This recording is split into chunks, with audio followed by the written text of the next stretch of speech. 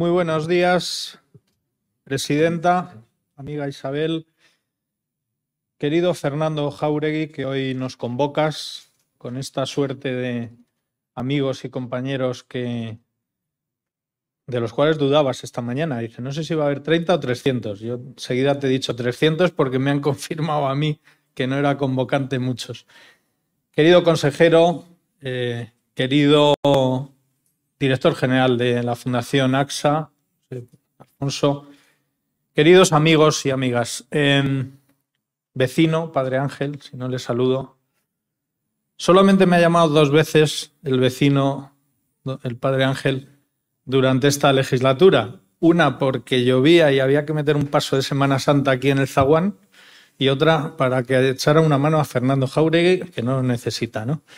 Es importante que establezcamos las prioridades. Si me llama por 2 cosas importantes y esta era una de ellas, Fernando, ten en cuenta que te quiere mucho el Padre Ángel.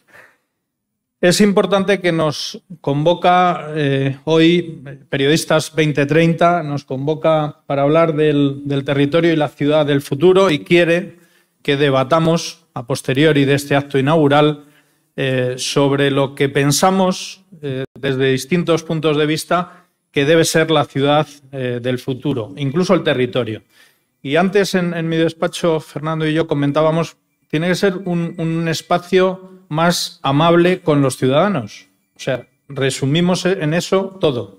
Cuando decimos más amable, decimos seguramente que tarden menos en transportarse, que consuman menos energía dentro y fuera de los edificios, que tengan esa posibilidad de en verano transcurrir por una calle porque tiene sombra y en invierno protegerse de estas temperaturas extremas que tenemos en este clima continental. Es decir, una ciudad más amable. La ciudad más amable incluye los temas medioambientales, incluye los temas de diseño, incluye los temas de eficiencia energética, incluye lo que todos, me imagino que hoy debatiremos.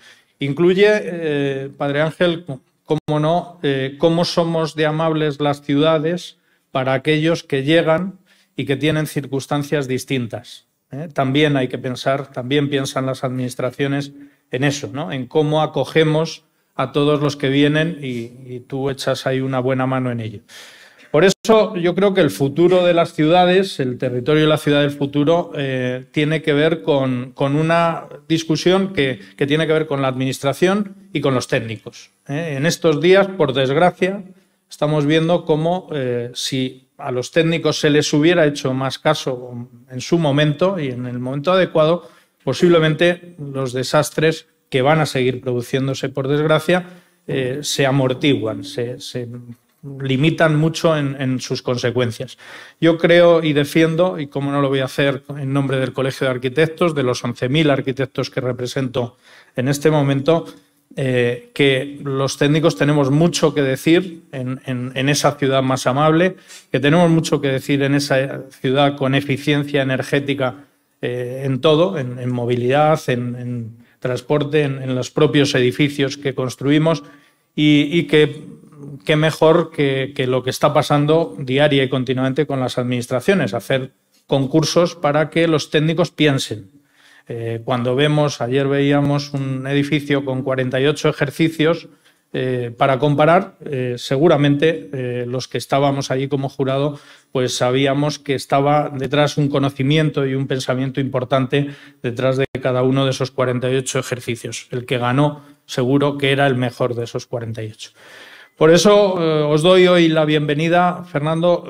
Te felicito por la iniciativa. Me parece muy acertado y muy interesante que lo hayas querido, además, desarrollar en estas 4 paredes, que son las paredes de los arquitectos de Madrid, que os acogen, que la relevancia que le da la presidencia de nuestra presidenta pues dice mucho, pero también la relevancia que le dan los presentes, a muchos de los cuales conozco y que efectivamente van a atender de manera muy importante a lo que hoy salga de aquí. Doy la palabra al director general de la Fundación AXA, Josep Alfonso, que nos acompaña y que además presentará brevemente un estudio que han realizado al respecto sobre lo que piensa la gente. Es muy importante oír a la gente sobre lo que piensa que debe ser la ciudad del futuro, el territorio del futuro. Nada más, muchas gracias y bienvenidos a vuestra casa.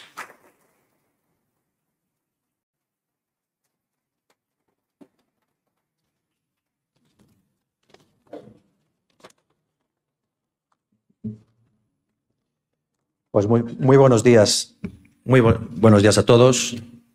Presidenta, querido decano, consejero, autoridades, señoras y señores, agradeceros a todos, primero al colegio que nos acoja en sus instalaciones y a todos ustedes, pues acompañarnos hoy a hablar del reto de las ciudades del futuro.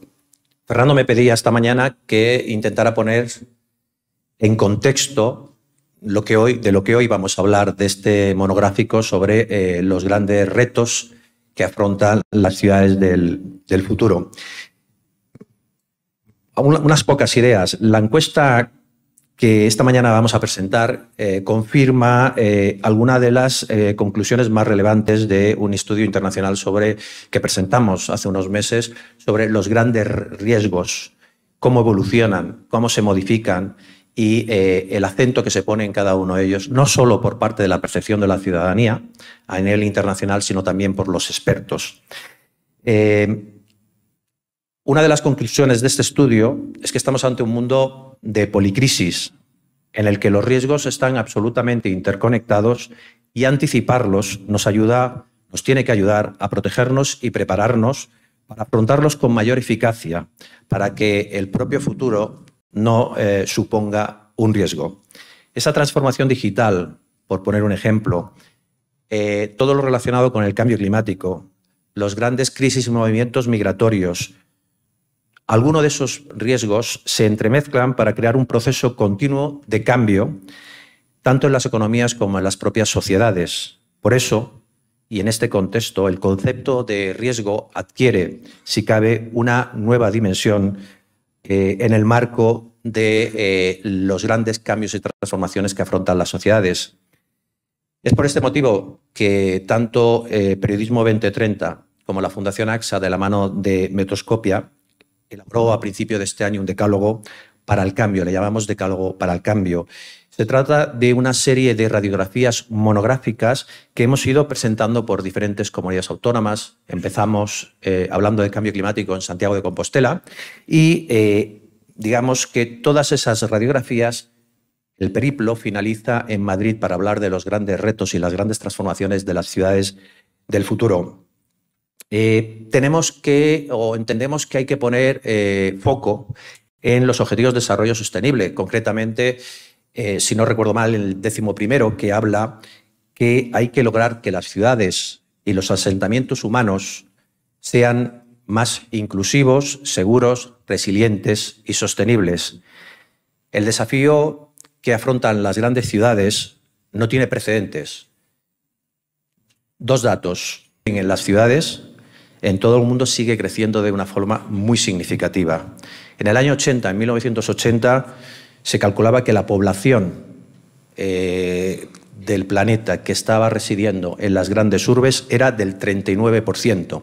En el año 2020 evoluciona hasta el 56%, más de la mitad de la población, y se estima que para el año 2050 esa proporción sea del 70% de la población del planeta. Como pueden ustedes imaginarse, una concentración de esa forma, de esa manera, de esa dimensión, lleva aparejada la multiplicación del número de riesgos en los que se exponen las ciudades y de los efectos que pueden tener sobre ella. Otro dato. Las ciudades representan hoy el 75% de las emisiones mundiales, aunque única y exclusivamente ocupan el 3% de la superficie del planeta. En conclusión, urge repensar las ciudades. Frente a todo este contexto, la encuesta, entre otras características, entendemos que refleja un sentimiento de esperanza y de confianza. Una esperanza, una confianza que pasa por una mejor prevención. Entendemos que la anticipación, la prevención es fundamental para poder gestionar todas esas transformaciones y riesgos a los que nos afrontamos en el futuro, en un futuro cercano. La concienciación y un mayor diálogo entre todos, entre las instituciones, entre los responsables políticos, también el sector privado y, por supuesto, la propia sociedad, todos con ese diálogo y mediante un consenso podremos, entendemos, actuar no solo de forma eficaz, sino también de forma colectiva. Muchas gracias.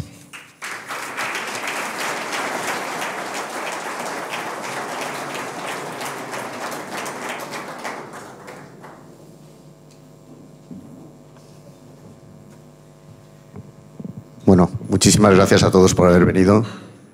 A mí, que esto se haya llenado un viernes a mediodía, realmente me enorgullece y me encanta. Muchísimas gracias de verdad, porque es un honor y un placer contar con todos vosotros aquí. Muchísimas gracias, decano, porque esto lo has hecho posible tú. Nos has acogido aquí en este sitio estupendo. No son 4 paredes, son mucho más que 4 paredes. Esto es un laberinto verdaderamente interesante. Muchísimas gracias, presidenta, por aceptar venir a este acto, que es un acto muy social. O sea, nosotros, en nuestro foro Periodismo 2030, lo que intentamos es concienciar a la gente, al ciudadano, sobre la dimensión del cambio que está viviendo como nunca probablemente en la historia y con una rapidez absolutamente inédita en la historia. Y eso hemos intentado a través de una serie de encuestas. Esto es una idea que se le ocurre a Josep en un momento determinado, sondear un poco la opinión de la gente y pensando que los periodistas somos los que debemos contar el cambio, siempre ayudados por especialistas.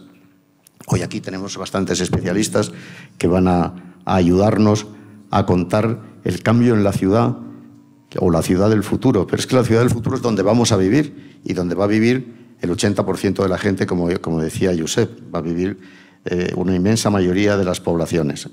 Así que hoy vamos a intentar desentrañar un poco lo que es el cambio, cómo se va a vivir, más que arquitectónicamente. Luego tenemos un gran arquitecto que nos va a hablar un poco de su libro, literalmente nos va a hablar de su libro, pero cómo se va a vivir en las ciudades, cómo se va a vivir en la ciudad del futuro. Yo no sé si esto lo tenemos ya. Sí, bueno, esto es una encuesta que hemos hecho Metroscopia, la Fundación AXA y nosotros, Periodismo 2030, con una muestra de 3.000. No vamos a pasar todas las tablas porque son muchas. Básicamente, empezamos siempre las encuestas que hemos hecho varias. Esta es, digamos, nuestra 8ª y última presentación en este año. Con esto cerramos el curso. Hemos hecho presentaciones sobre el cambio climático, sobre el cambio poblacional, sobre la salud, sobre la comunicación y la incomunicación, sobre la creación de una nueva realidad, que es algo muy importante en estos días en los que estamos viviendo, y por fin sobre la ciudad del futuro. Las primeras preguntas son siempre comunes, es cómo asume la gente el cambio que está viviendo. La gente dice comprender ese cambio. Yo tengo mis dudas sobre eso. Tengo dudas realmente de que la gente asuma en todos sus aspectos la brutalidad de la transformación que están experimentando nuestras vidas. Dice la sociedad que se adapta. Yo creo que se adapta bastante menos, pero bueno, estas son preguntas comunes. Ahora tenemos aquí algunas preguntas más específicas. Fíjense que hay un 64% de gente que piensa que su futuro en ciudades como Madrid, la mitad de la muestra está hecha en Madrid, o sea que es muy representativa de Madrid. El futuro piensa el 64% que vivirán en los próximos 30 años en pisos de 40 metros cuadrados. Esto ya están viviendo muchos realmente, pero se anticipa como futuro. Luego hemos querido hacer una especie de juego, incluyendo la presencia de robots en nuestras vidas. La presencia de robots ya está ahí, eso no tiene vuelta de hoja. Muchas de estas cosas ya no son futuros, son presentes. El robot en el hogar está, pero la gente piensa que el robot va a sustituirle absolutamente en todos los trabajos domésticos, en las grandes ciudades. Siempre estamos hablando de las grandes ciudades. Los robots serán los amos de casa, serán robots de compañía. Bueno, mucha gente no aceptaría algo que ya está ocurriendo. Señores, ya hay relaciones afectivas con robots.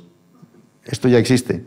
Yo el otro día en Valencia, en un acto que hicimos, estaba Josep allí, flipé un poco a los estudiantes que estaban allí escuchándonos, diciéndoles que yo me había echado una novia a Avatar, una novia, la llamé Úrsula. No hemos llegado a buen término, la verdad, pero lo hice. Y descubrí que no es que yo estuviese haciendo algo nuevo, no. Es que casi todos los alumnos estaban haciendo eso, lo que pasa es que lo único que les sorprendía era la edad del profesor. Pero esto ya es una cosa que está ahí. La gente dice que no lo acepta, lo están haciendo. Como en todo en las encuestas se falsean, ¿eh? Ya lo digo, mucha gente dice que sabe lo que no sabe y que hace lo que no hace. Robots cuidadores, todo esto son temas que están ahí planteados encima de la mesa. La encuesta entera, bueno, luego están cosas que ya están ocurriendo absolutamente. Hemos querido también saber un poco, Presidenta, lo de la restauración. Queríamos saber un poco cómo va a ser nuestra restauración del futuro. Pues fíjate lo que dice la gente. Piensa que va a comer insectos, que va a ser una cosa bastante normal. Cosa que luego preguntaremos a algunos restauradores famosos que tenemos aquí. Y que la carne será de laboratorio, piensa la gente. Yo el otro día estuve en una fábrica de chuletones artificiales en Pamplona y palabra de honor que me comí un chuletón artificial. Estuve enfermo 3 días, pero me lo comí. Yo no sé si eso será el futuro, pero la cosa ahí está planteada en cualquier caso. También me dieron un tartar de bonito que no tenía nada de bonito, por supuesto, no era bonito, eran una serie de amalgamas que estaba todavía peor que el chuletón, dicho sea de paso. Donde estén los chuletones naturales, que se quite estas cosas, ¿no? Así que la gente que no es tonta lo rechaza, evidentemente, aunque asume que este es parte de su futuro.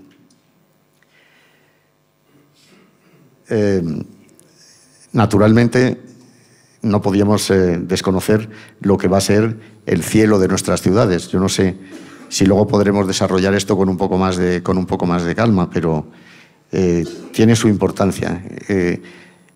Alguien me dijo que ya hay una asociación de drones para taxis. Hay una asociación ya para hacer, es decir, que tú en vez de parar el taxi así, lo vas a parar así, te va a bajar, le dices a Tocha 25, te lleva a Tocha 25, señor, sí señor, no va tripulado el dron. Pero esto es algo que ya va a ocurrir. Todo esto que estoy diciendo es algo que nos va a ocurrir mucho antes de lo que parece. Coche sin conductor. Bueno, yo ya he ido en un coche sin conductor e incluso he hablado con el no chofer. Y bueno, pues tiene eso aquel. Todo esto es una realidad distinta que nos estamos planteando, pero está ahí. Esto es una realidad. Los robots chofer. La gente piensa que se acaba el efectivo. Yo no sé, supongo que eso lo compartimos todos. Yo hace 4 años que no llevo dinero en el bolsillo, desde que el gobierno, yo soy muy obediente a lo que dicen los gobiernos. Me dijo que era mejor pagar con tarjeta y no llevar efectivo, que era muy contaminante. No llevo efectivo. Y se puede vivir. Los robots nos sustituirán y ya hemos hecho más diabluras todavía. Hemos estado pensando en cómo planteamos la otra realidad que se va a vivir en las ciudades, escapar de la ciudad. Bueno, todavía no son mayoría, pero hay un 30 y tantos % de gente que sí piensa, por supuesto en el metaverso vamos a pasar más de un día, pero sí piensa que, bueno, la gente piensa también que va a haber un éxodo a zonas menos habitadas y yo creo que va a ser al revés, pero bueno, las encuestas son las encuestas. Pero fíjense, hay un 26% de gente que cree que nos vamos a establecer pronto en la Luna. Bien, yo el otro día hablaba con Pedro Duque, en Valencia también lo tuvimos allí, y Pedro Duque admitía, como probable, como una posibilidad, nada descartable, no estamos hablando de Asimov ni de las crónicas marcianas, admitía que dentro de 10 años es muy probable que tengamos una estación espacial en la Luna desde la cual saldrá un cohete tripulado a Marte. Y esto te lo admite un señor como Pedro Duque, que será muchas cosas, pero fantasioso no es, la verdad. No, imaginativo tampoco. O sea que, en fin, si lo dice él, será. Pues Marte lo mismo. Curiosamente hay más gente que piensa que iremos a Marte que a la Luna. No sé por qué, pero bueno, en cualquier caso, que ya haya casi un 40% de gente que piense que vamos a ir a vivir a Marte, esto tiene su aquel. Así que esto es un poco... Bueno, y luego hay una parte última de la encuesta que yo creo que por abreviar no la vamos a detallar, pero que en cualquier caso merece la pena. Yo, como tengo que hablar de mi libro, diré que todas estas encuestas las tenemos en nuestra página, en la página de Periodismo 2030, que es periodismo2030.com. Ahí están todas las encuestas, toda la serie de encuestas que hemos hecho, a la cual hemos incorporado esta última de hoy. Esta ya se pueden consultar todas las encuestas. En el fondo, lo que queremos es hacer una panorámica de cómo piensa la gente que va a vivir en el futuro, que va a ser su futuro. Y yo diría que ahora mismo nos encontramos con una aceptación, digo por hablar globalmente de todas las encuestas, nos encontramos con una aceptación de ese futuro, por mucho que ahora nos parezca bastante irreal. Lo que pasa es que la irrealidad ya la tenemos incorporada a nuestras vidas diarias, pero no les gusta. La gente todavía, por ejemplo, se resiste a que le opere un robot. También lo tenemos por aquí, está por ahí. Sin darse cuenta de que ya en muchísimos casos se está operando un robot. Yo el otro día estuve en una operación en la que estaba el famoso ordenador Da Vinci, que ahí no le toca a nadie, al paciente no le toca a nadie. Y esto está ocurriendo. También el otro día un médico español desde Burdeos realizó una intervención a un chino en China. O sea, quiero decir, esto es una realidad. Nosotros lo que procuramos es plasmar realidades que ya están ahí, que están pesando ya sobre nuestras vidas, para que de alguna manera seamos capaces de controlar nuestro futuro. Que no nos lo controlen otros, que no nos vengan otros con sus datos y sus manipulaciones. Alguno muy peligroso, por cierto, que es capaz de ser casi un primer ministro en un país muy poderoso, que no nos vengan a intentar imponer ellos su cambio. Nosotros lo que queremos es que la ciudadanía, el ciudadano, se sienta plenamente consciente de que el cambio le llega, de que este cambio está ahí y que por tanto tiene que aprender a controlarlo y a dominarlo, que no se lo den hecho, que no le den cambiazo por cambio. Bueno, pues entonces, bienvenidos todos al cambio. Os animo a que leáis nuestras encuestas, que leáis lo que estamos publicando. Esta encuesta, por supuesto, se puede encontrar fácilmente y además se puede publicar y reproducir, naturalmente. Para eso las hacemos, para que la gente las conozca. Queridos compañeros, que muchas gracias por haber venido también en tan gran cantidad hoy. Y bueno, pues esto era lo que nosotros queríamos contaros. La encuesta íntegra está en nuestra página, la podéis ver con calma, porque es una encuesta que merece la pena verla con calma. Es que me da pena no pasarla, pero es que se hace muy largo. Y además lo que queremos aquí es escuchar a la presidenta, queremos escuchar a Isabel Díaz Ayuso, que ha tenido la amabilidad de venir y que va a tener mucho que ver con todo este proceso de cambios y con todo este proceso de transformaciones. Así que yo la escucharía con mucha atención, porque realmente creo que va a merecer la pena. Muchas gracias, presidenta, por haber venido. Y luego seguimos y preguntamos a otros expertos que tenemos aquí, que es gente muy interesante también, por supuesto.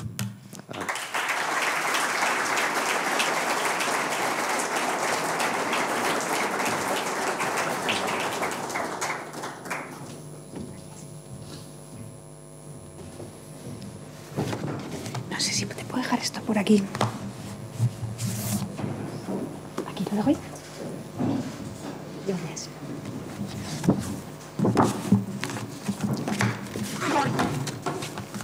Y esto también. Ya hemos arreglado el atril. Muy buenos días a todos y muchísimas gracias por su asistencia. Como bien decía Fernando, un viernes ya llegando el mediodía, en el que seguramente tenga muchas cosas que hacer, por tanto nos honran con su visita y vamos a hacerle una exposición acerca de cómo comprendemos y vemos el Madrid y la región de Madrid del futuro, que a mí me parece apasionante. La verdad es que viendo así las diapositivas y las estadísticas, uno pues tiene ganas de bajarse de este mundo, pero yo pienso que no. Creo que va a haber mucho bueno y mucho bueno por nacer y por hacer, y por eso me alegro de estar hoy aquí con todos. Saludo primero al presidente de Periodismo 2030, Fernando Jáuregui, al consejero de Medio Ambiente, Agricultura e Interior de la Comunidad de Madrid, a Carlos Novillo, al decano del Colegio de Arquitectos de Madrid, Sigfrido Herraiz. Muchísimas gracias por darnos la bienvenida en tu casa. También saludo al director general de la Fundación AXA, a Josep Alfonso, a expertos en sus distintos ámbitos que contribuyen al desarrollo de esta jornada, alcaldes y a concejales de distintos municipios que nos acompañan, a las autoridades, a los medios de comunicación. A todos, nuevamente, muchísimas gracias y especialmente gracias a Fernando por permitirnos inaugurar esta interesantísima jornada que trata sobre cómo va a ser nuestra vida en el futuro, en las ciudades, pero en nuestro caso también como Gobierno autonómico, qué conjunto le vemos a esta región. Siempre he reconocido a Fernando una sensibilidad especial para analizar en profundidad el pasado, el presente y, por tanto, el futuro, que van totalmente de la mano y que nos permite, con más acierto, atinar a la hora de saber por dónde va a discurrir aquello que está por venir. Cuando hablaba del cambio, para conocer qué cambios vamos a tener, es muy importante mirarnos y saber de dónde venimos. Y yo creo que eso es también lo que debemos hacer quienes tenemos responsabilidades de gobierno, saber efectivamente de dónde venimos, cómo ha sido la vida hasta el momento, conocerlo sin sesgos ideológicos, sin ceguera, para comprender qué somos y, por tanto, cómo puede ser nuestro futuro. Pienso que es así como se ha entendido la Comunidad de Madrid durante estos años, hecha de todas las formas de ser español, de personas que provienen de todos los rincones de España y del mundo, personas libres, prósperas, pues en la mayoría de los casos han tenido que dejar su tierra atrás para emprender una nueva vida y eso imprime carácter. Y saber que Madrid es tradición y vanguardia, que es corriente cultural y callejera, popular, mestiza, alegre, llena de vida. Esta forma de ser, no inventada por los que estamos aquí, no la hemos intentado transformar en ningún momento, ha asombrado al mundo y ha mostrado su cara en los momentos más difíciles, ya sea a la hora de afrontar nacionalismos, cuando ha habido cualquier abuso de poder, cuando España ha sufrido un atentado, no digamos durante la pandemia. Madrid siempre se ha levantado defendiendo la libertad y la vida por bandera. Y por eso en estos 30 años no hemos dejado de crecer y ser la casa de todos, donde caben todos los acentos, donde a uno se le deja en paz siendo vasco, catalán, venezolano, y que además cuando viene a Madrid muestra sus costumbres, muestra su acento, su forma de ver la vida, y nos admiramos precisamente en esa pluralidad. Por eso la Comunidad de Madrid pienso que está viviendo su mejor momento y es la región donde más personas vienen, de todos los rincones, familias, estudiantes, negocios, grandes eventos. Y ahora nuestra responsabilidad es que ese crecimiento se dé en equilibrio para que Madrid no pierda su carácter popular. Porque si lo pierde, ahí ya seríamos otra cosa. Queremos que llegue vida a todos los rincones de Madrid, a todos los pueblos de la región, que no nos volvamos un lugar impersonal, donde la vida sea hostil y donde a nadie le importe el de al lado. Por eso fomentamos mucho la cultura de barrio y el encuentro, porque es importante saber qué tal están los demás y mezclarnos sin una cuestión económica y sin ningún sesgo de otro tipo. Tenemos unos servicios públicos de primera calidad que se tienen que mantener gracias a un sector privado pujante, sin dogmas, porque esto es así, de empresas libres, de ciudadanos con ganas de emprender negocios y saber que la Administración no está ahí para molestar, sino para colaborar con los desvelos de cada uno.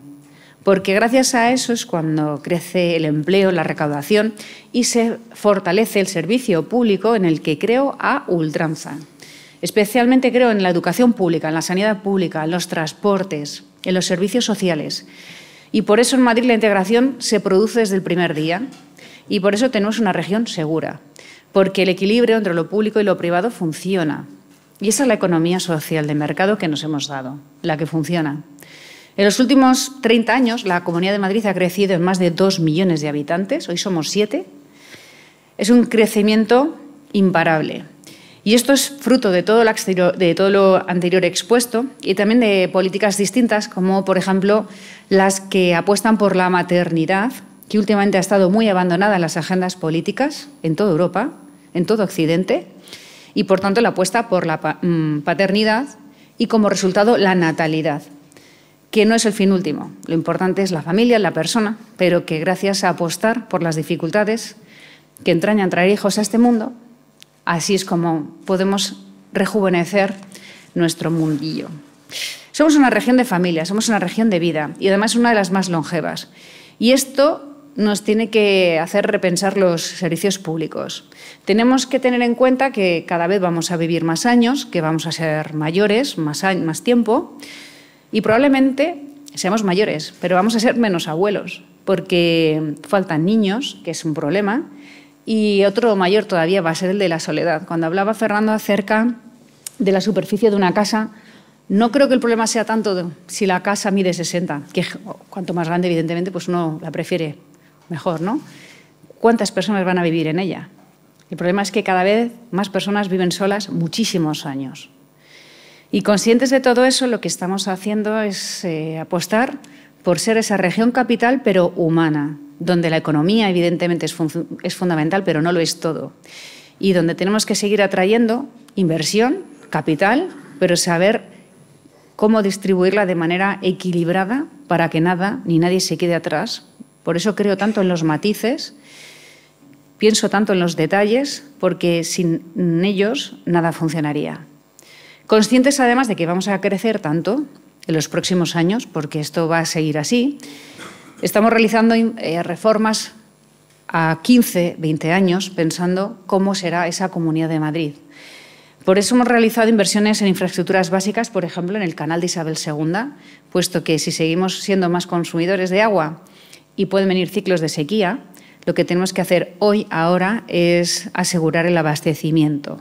Por eso estamos realizando una inversión en obra hidráulica, la mayor del siglo, hablamos de 3.200 millones de euros, donde además, a través especialmente de la Consejería de Medio Ambiente, lo que buscamos es que el consumo sea también equilibrado, aprovechando las bondades de la eficiencia energética, el saber consumir mejor, pero nunca enfrentar, desde luego, la prosperidad y el desarrollo con otros mantras ideológicos que sí pensamos que lastran y que no ayudan en nada. Ni tampoco escuchan a las gentes del campo, que son los que todos los días viven allí y saben mejor que nadie lo que hace falta. En las últimas décadas estamos realizando un despliegue inmenso de servicios públicos por toda la comunidad, por ejemplo, con hospitales públicos, 18 nuevos, hospitales privados, centros de salud, otros 90 nuevos, colegios, institutos hasta llegar a 500, o el número de becas que hoy ya llega a 700.000 alumnos.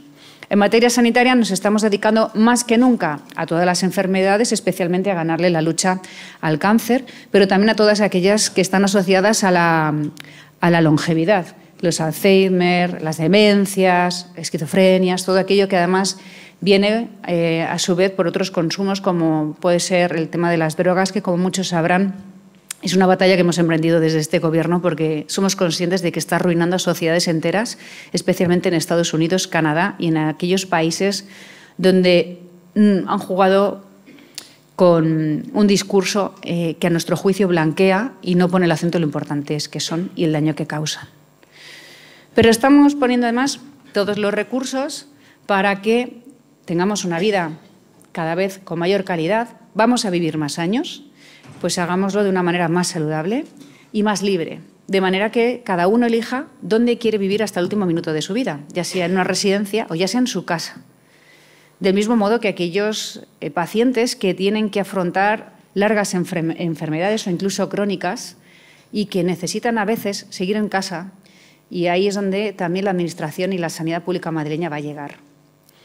Pero además hemos seguido construyendo distintas infraestructuras en estos años, por ejemplo, más de 180 de metro, hoy tenemos 294, 3 de cada 4 madrileños hoy tienen una parada de metro a menos de 600 metros de su casa, evidentemente no estamos hablando de las zonas rurales, pero en 1995 teníamos 231 líneas de autobuses interurbanos, hoy son 463. La Comunidad de Madrid era la cuarta economía de España en los años 80, hoy es el motor económico nacional, ya aportamos casi el 20% del Producto Interior Bruto.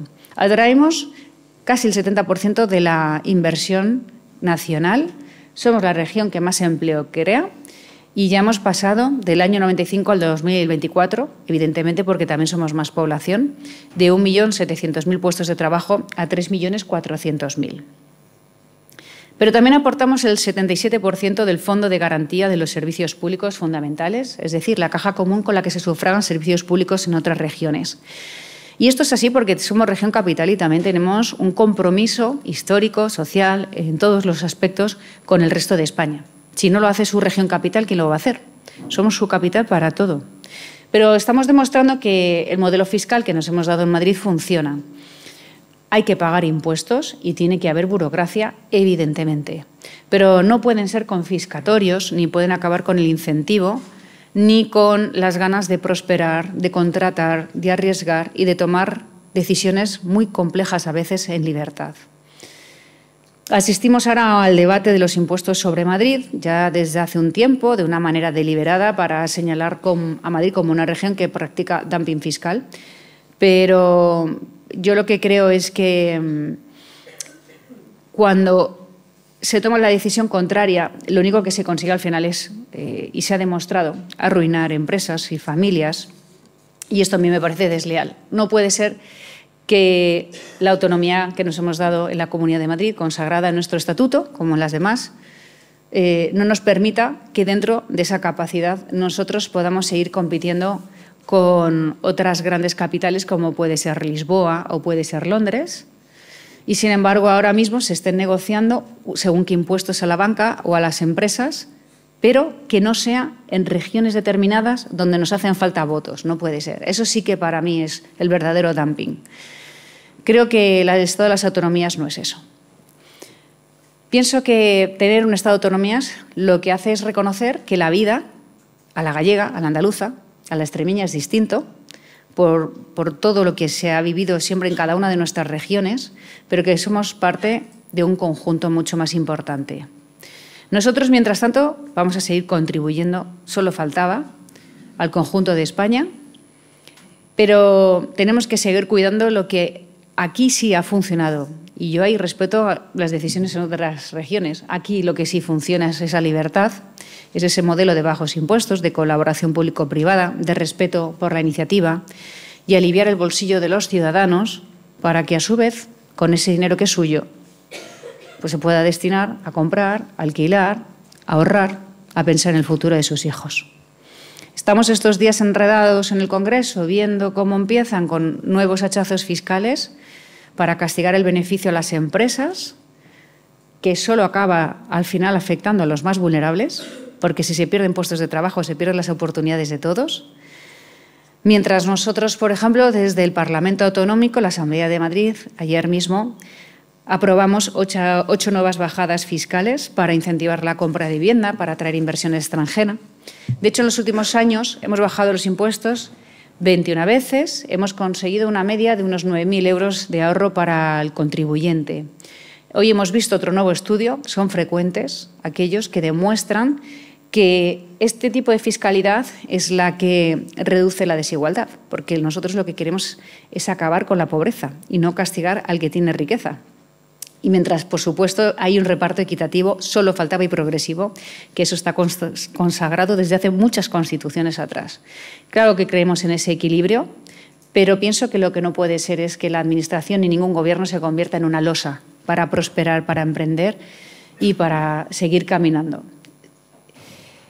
Yo creo que la gente no puede más, que las empresas no aguantan más, que la empresa familiar, la pyme, el autónomo y no digamos también las grandes empresas advierten: voy a cerrar, esto no me compensa, esto no hay que lo aguante, estamos muy solos, o yo ya estoy empezando a ver otras localizaciones fuera de España para llevarme nuestra empresa. Esto no nos lo podemos permitir. Estamos trabajando de muchas maneras abordando el presente y el futuro. Apostamos decididamente por la digitalización. De hecho, tenemos la primera consejería de España y estamos centrados en 3 ejes fundamentales, que es atraer a esas empresas, las mejores, que además traen empleo cualificado y nuevas oportunidades para todas las edades, hacer de la Administración de la Comunidad de Madrid un servicio más ágil al ciudadano, porque además la Administración, siempre lo digo de broma, pero la Administración te toca, no la eliges, la sufres. Por lo menos que te haga la vida un poco más fácil y no que se ponga en contacto contigo solo para las malas noticias. Y también para multiplicar la eficiencia de todos los servicios públicos. Por ejemplo, una sanidad cada vez más personalizada, que se adelante a las enfermedades, gracias a los cribados, a la inteligencia artificial. También una educación que no abandone nunca, y no debimos nunca permitirlo, y desde luego vamos a trabajar decididamente en ello, no abandonar nunca las esencias de la escuela tradicional, pero a la vez que prepare a los jóvenes en este mundo que ha cambiado tanto. Y también tenemos grandes infraestructuras que presentar a los madrileños en estos años, teniendo en cuenta que vamos a seguir creciendo y, por tanto, defendiendo ese equilibrio del que hablamos anteriormente. Tenemos ahí a la Ciudad de la Salud, que va a ser el complejo sanitario más grande de Europa. Será unir uno de los mejores hospitales, el de La Paz, con la Universidad Autónoma de Madrid, en un verdadero campus, donde se analicen además muchos aspectos de neurociencia, que es también parte del futuro, ensayos clínicos, investigación. También tenemos la Ciudad de la Justicia, que va a aunar todas las sedes judiciales que actualmente están desperdigadas por toda la geografía madrileña. Hablamos de la Ciudad de Madrid en este caso, ofreciéndole así al personal de justicia y al ciudadano instalaciones modernas y también dignas a la altura de una justicia del siglo XXI. Tenemos otros muchos proyectos como el de Milla Canal en Chamberí, que va a unir turismo, cultura, deporte y vida de barrio. Creemos mucho en ello. O, por ejemplo, el futuro estadio del Rayo Vallecano, que va a tener también todas estas esencias. O la primera residencia del mundo para enfermos de ELA, que actualmente ya ven en un centro diurno en el Isabel Zendal cómo van siendo tratados de una manera, digamos, centralizada entre hospitales y el propio Zendal. Es un lugar que además les encanta a ellos y a sus familias porque se encuentran en casa y creo que nunca vamos a escatimar para afrontar una enfermedad tan dura como esta. Seguimos con ampliaciones de metro, por ejemplo, la 3, la 5, la 11, los nuevos intercambiadores a la nueva línea del futuro, la de la 6, que va a ser totalmente automatizada. Y, sobre todo, vuelvo a insistir en que todo este crecimiento, si no es equilibrado, no va a servir de mucho. Y por eso estamos llevando vivienda joven a todos los rincones de Madrid, como hacemos, entre otros planes, con el Plan Vive, que está construyendo 10.500 por toda la geografía para jóvenes hasta 35, pero hay, evidentemente, planes para todas las edades. Estamos simplificando la normativa urbanística para que en los pueblos más pequeños, en todos, se pueda construir nueva vivienda en equilibrio, insisto. Bonificamos el alquiler a todos los tramos de edad, especialmente a los jóvenes, para que empiecen una nueva vida en los municipios rurales, en los más pequeñines, donde hace falta familias nuevas. Y estamos calculando que con estos planes y con Madrid Nuevo Norte, Madrid tendrá dentro de poco ya otras 50.000 viviendas, que es uno de los grandes frenos que tenemos ahora mismo en toda España, también en Madrid. Y lo que queremos es llevar calidad de vida, como estamos haciendo, a todos los rincones de Madrid, a todos los municipios. Por ejemplo, la banca móvil, oficinas de atención al ciudadano en autobús, farmacia, instalaciones culturales y deportivas de primera, con buenos planes culturales. Y también para embellecer los pueblos, que es otro proyecto que estamos poniendo en marcha para que uno pueda conocer los pueblitos de Madrid, que sean cada vez más bonitos, ya que están en entornos naturales maravillosos, que den brillo a sus bodegas, a su gastronomía local, a sus ermitas, a todo el patrimonio que tiene Madrid, que es impresionante. Y haciendo esa apuesta por nuestros productos locales, como nunca habíamos hecho antes, que también es otra oportunidad de llevar vida y negocios a toda la geografía. Pero pasamos también de los detalles a los grandes eventos. Nos gusta mirar a lo grande, es la manera de presentarnos ante el mundo y hacer así Madrid cada vez más atractiva. Por eso celebramos ser la tercera capital del mundo en musicales, la segunda de Europa en conciertos, o ser, por ejemplo, la casa del Gran Premio de Fórmula 1. Estamos hablando de 400 millones de euros de inversión, 10.000 puestos de trabajo y que va a estar al servicio de España entera. A la vez estamos batiendo récords de turistas, estamos trabajando para que conozcan ese patrimonio natural y cultural que tenemos y, por tanto, aprovechar que cuando alguien viene a visitarnos a Madrid, siempre nos hacemos la pregunta, ¿cuánto tiempo te vas a quedar? Queremos que conozcan todo Madrid, pero también nuestras Castillas, que aprovechen para pasar 1 o 2 días, los que quieran, en Segovia, en Salamanca, en Cuenca, en Guadalajara, en Ávila, en Toledo, porque España es maravillosa y nosotros somos simplemente una humilde puerta de entrada. Y en esa apuesta por lo local, en estos momentos en los que municipios grandes y pequeños de España luchan por no perder a sus jóvenes, todo lo que hemos puesto en marcha está funcionando. De hecho, en los últimos 5 años, la población de las localidades de menos de 20.000 habitantes ha crecido un 7% y las de menos de 2.500 un 12%. Así que, queridos amigos, esta es la Comunidad de Madrid. Creemos que es una de las mejores, estamos seguros de que es la mejor, uno de los mejores lugares del mundo para vivir, porque pienso que pocos son tan completos. Pero es cierto que necesitamos que esa inversión siga llegando, que la cultura del emprendimiento y del esfuerzo también sean cada vez más fuertes, que merezca la pena trabajar, porque se devuelve en forma de respeto por el contribuyente, por excelencia pública, sin abusos por parte de la Administración. Pienso que solo así es como se va a poder mantener un buen sistema sanitario, la educación, la atención social, el transporte. Un transporte que, por ejemplo, une uno de los aeropuertos internacionales más importantes del mundo con su capital en 20 minutos. ¿En qué ciudad ocurre esto? Y encima a un precio asequible. Eso es lo que nos hemos dado aquí. El Estado de las autonomías es cierto que se ha visto cuestionado, ahora especialmente, pero esto viene desde hace ya unas décadas y yo pienso que esto es porque ha habido políticos desleales con sus ciudadanos que se han dedicado en ocasiones a crear identidades y clientelismo, abusando de la Administración, en lugar de destinar los recursos a gobernar para todos y, sobre todo, a no inventar competencias impropias, porque si no, ocurre que hay duplicidades, que la Administración no deja de crecer y de hacerse obsoleta en lugar de estar al servicio del ciudadano. Y creo que eso no puede ser, porque el Estado de las autonomías sí que articula la forma de vida que nos hemos dado todos en cada una de nuestras comunidades autónomas. Estoy convencida de ello. Decía antes, se puede vivir a la madrileña, es una forma de vida, a la andaluza es otra forma de vida que nos hemos dado, sí, pero somos hermanos, sabiéndonos hermanos y sabiéndonos hijos de una gran nación de siglos, donde la soberanía recae en el pueblo, como sus derechos y sus obligaciones, y no lo que llamamos ahora territorios, no para hablar del territorio de Madrid, sino para hablar de las regiones, mi territorio, mi frontera, mi barrera, mi burocracia, lo mío. Como si fuéramos un Estado federal, y creo que no, eso no es. Lo que ocurre en las dos Castillas, en Cataluña, ahora mismo en Valencia, es cosa de todos.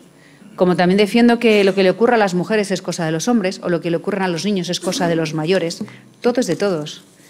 Y me niego a crear identidades falsas para vivir de ellas.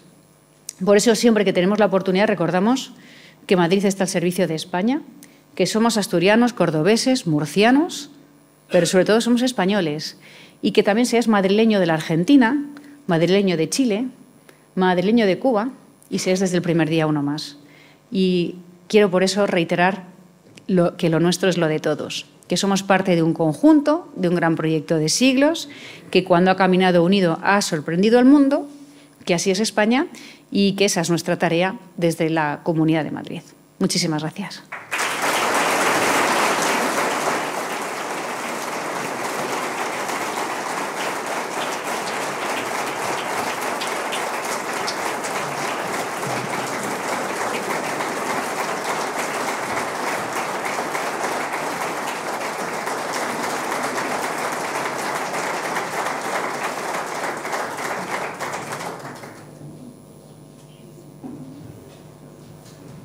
Bueno, ahora tenemos que despedir a la presidenta, no queda más remedio, pero nosotros seguimos. Seguimos con esta mañana muy interesante. Muchas gracias, presidenta, está muy bien, la verdad.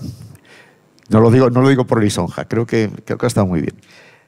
Voy a llamar aquí ahora a Fernando Caballero, que es una de las grandes revelaciones en profesionales de la arquitectura, un urbanista que además acaba de publicar un libro que hay mucha gente que va a encontrar interesantísimo, porque es un libro verdaderamente revelador. Fernando, ven aquí conmigo, no sé dónde estás. Os pido un aplauso para él va a hablarnos unos minutos. Después, él va a hablarnos unos minutos y después haremos un coloquio con varios especialistas que tenemos aquí, en el cual podéis participar todos los que estáis aquí presentes, desde luego. Me gustaría, ya que estoy aquí, decir dos cosas. Una, a mí me hubiese gustado empezar con un vídeo que nos ha mandado Pepa, la del cuenco de Pepa, que nos ha mandado desde Valencia. No ha podido asistir porque está en Valencia dando de comer a la gente, haciendo frente a una cantidad de necesidades impresionantes. No podemos olvidarnos de Valencia, no tenemos derecho a olvidarnos de Valencia, ni de tanta gente que está sufriendo en muchos aspectos. Yo todavía tengo incluso un amigo personal que es uno de los 17 desaparecidos que están por ahí todavía y que no sabemos que es de él, con lo cual lo estoy siguiendo con especial angustia, porque la familia está sufriendo especialmente.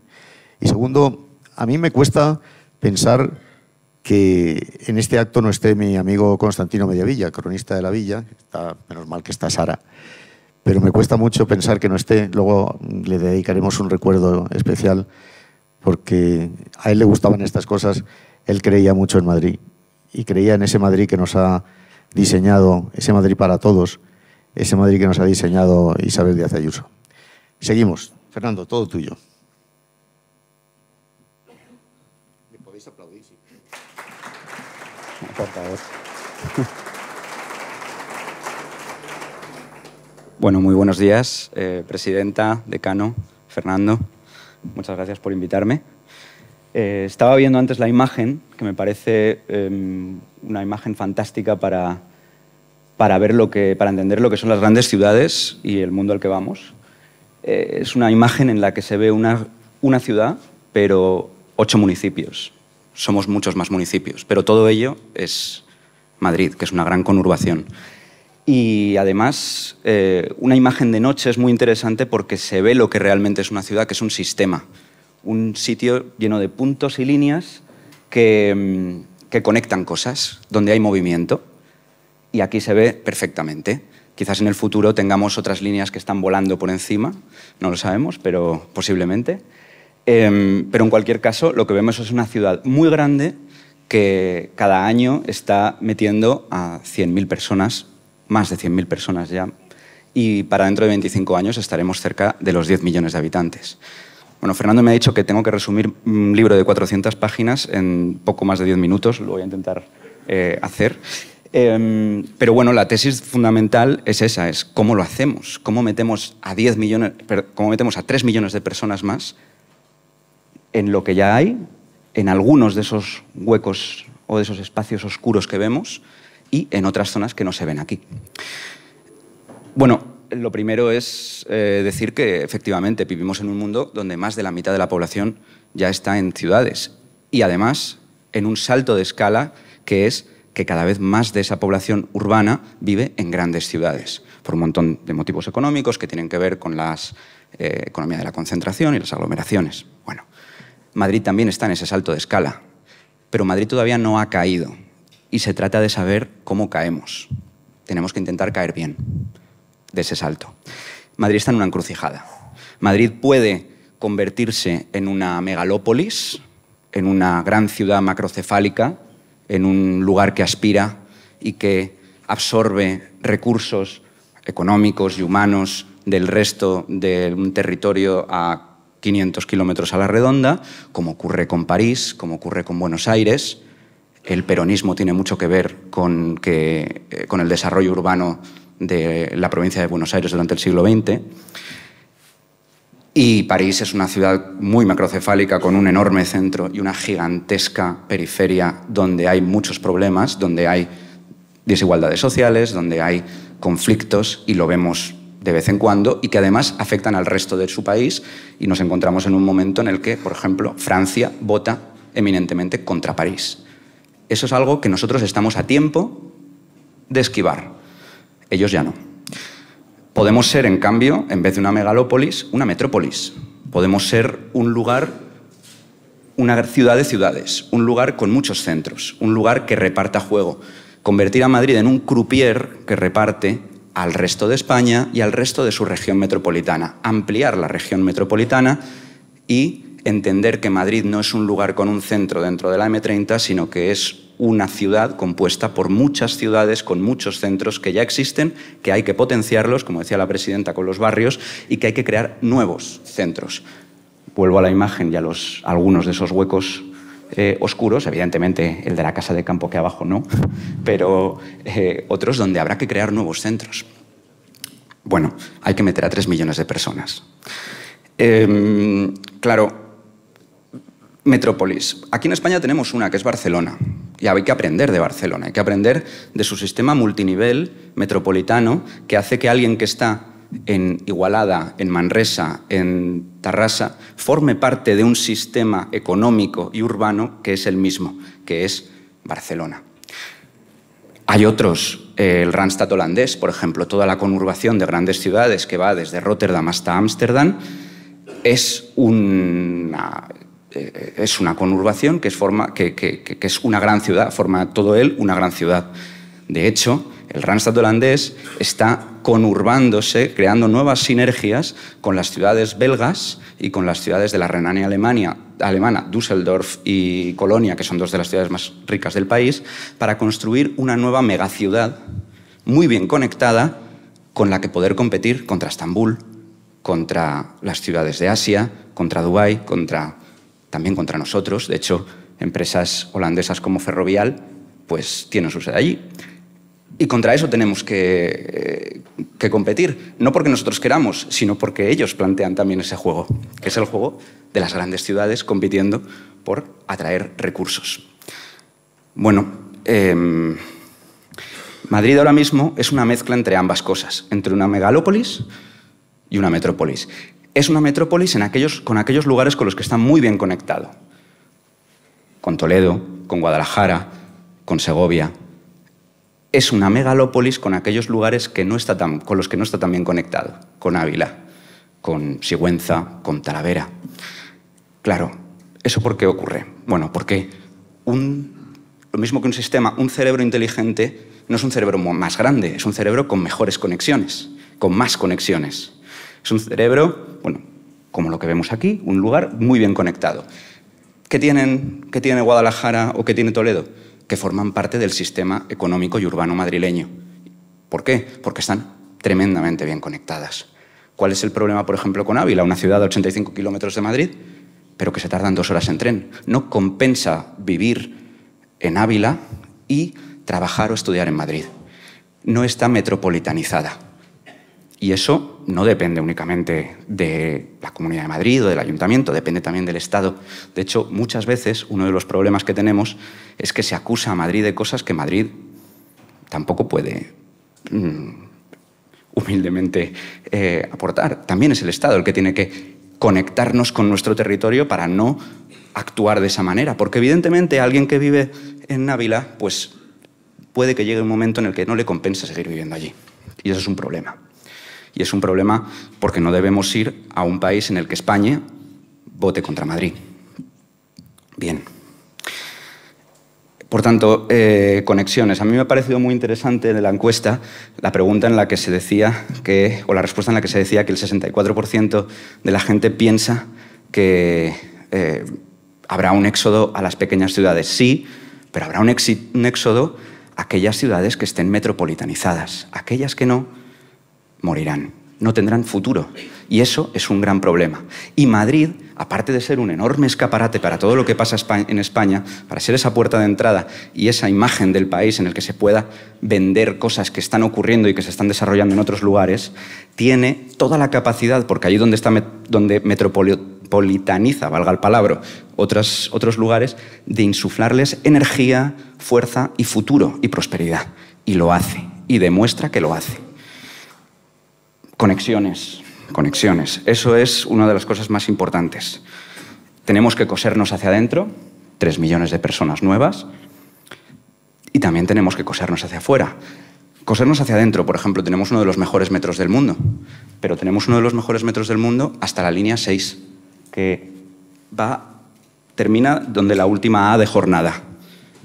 Todo el resto de la ciudad sigue teniendo un sistema, por el momento, radial, que hace que las conexiones y que los movimientos se alarguen, que cada vez que hay una incidencia no haya redundancias en el sistema, no haya otras maneras de llegar a los sitios. Es muy buena noticia la línea 11, que va a ser un arco que vaya por allí, por esa zona cercana a la M40, que va a coser todo eso, que va a hacer verdad esto de que el tiempo es dinero, que va a hacer mucho más efectivo, mucho más eficiente el transporte y la movilidad dentro de la ciudad. Pero tenemos que ir a más. Podemos generar nuevas conexiones entre todos esos radios, todas esas líneas que salen de la circular y que en algunos puntos están muy cerca y pueden conectarse, y entonces multiplicaríamos nuestra capacidad para ser un sistema eficiente y competitivo y más justo, y donde las distancias se acorten mucho. También con las cercanías. En los años 70 las cercanías llegaban a muchos más sitios de los que llegan ahora. Llegaban a lugares, por ejemplo, en Castilla-La Mancha. Nuestra red de cercanías cubre a 2 millones, casi 2 millones más que la región metropolitana de Barcelona, y sin embargo, si sumamos las estaciones, si sumamos las redes de rodalíes y de ferrocarrils de la Generalitat de Cataluña, resulta que nos doblan casi en kilómetros de línea y en estaciones. Y nosotros tenemos 2 millones de personas más y tenemos una red muy tensionada y que no da servicios a muchas de las zonas que aparecen en esta imagen y algunas que no aparecen. Tenemos que crecer hacia afuera, necesitamos medias distancias que se están retirando y que tenemos que volver a conectarnos con el territorio, con esos lugares a 200 kilómetros de distancia de Madrid, con trenes rápidos, como por ejemplo a Ávila, para metropolitanizarla, a Talavera, a Sigüenza, a lugares que podrían tener un futuro y que ahora, cuando uno pasea por sus calles, solo ve carteles de se vende, se vende, se vende.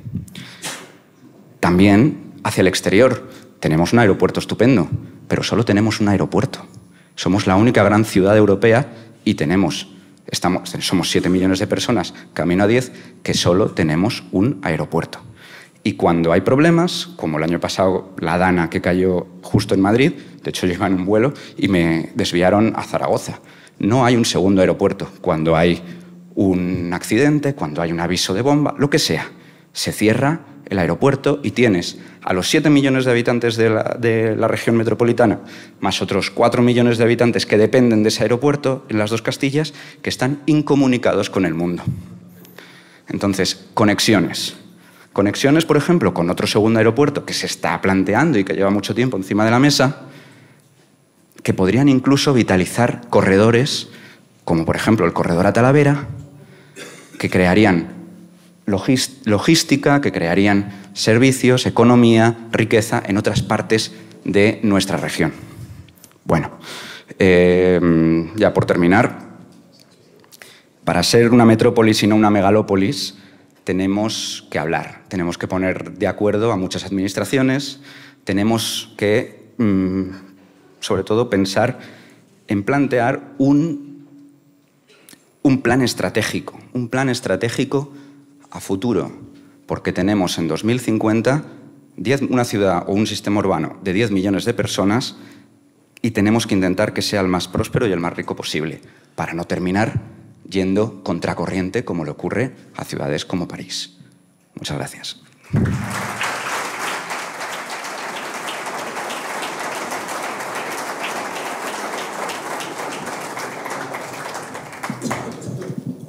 Antes me olvidó decir el título del libro de Fernando. Se llama Madrid DF, Madrid Distrito Federal.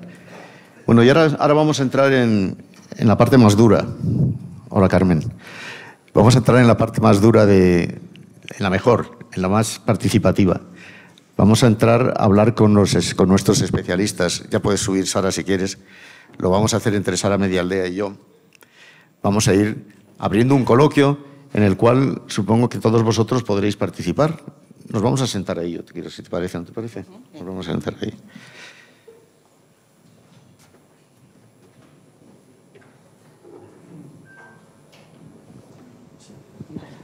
A ver, ¿esto funciona así? Sí.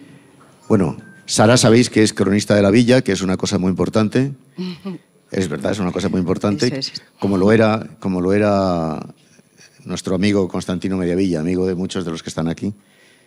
Y yo creo que debemos empezar pues recordándole, ¿no te parece, Sara? Sí, la verdad es que a Constantino, como tú has dicho antes, le habría encantado estar aquí. Seguro que habría hecho muchas aportaciones interesantes. Pues si te parece, Fernando, vamos a empezar por Paco Sierra, que es vicesecretario de la Asociación de la Prensa de Madrid y que seguro que tiene algo que decirnos sobre qué papel van a jugar los periodistas, qué papel puede jugar el periodismo en este Madrid futuro. ¿Qué hacemos ¿Qué hacemos con Madrid desde la prensa? ¿Cómo tratamos desde la prensa a Madrid? ¿Sabemos hablar de Madrid?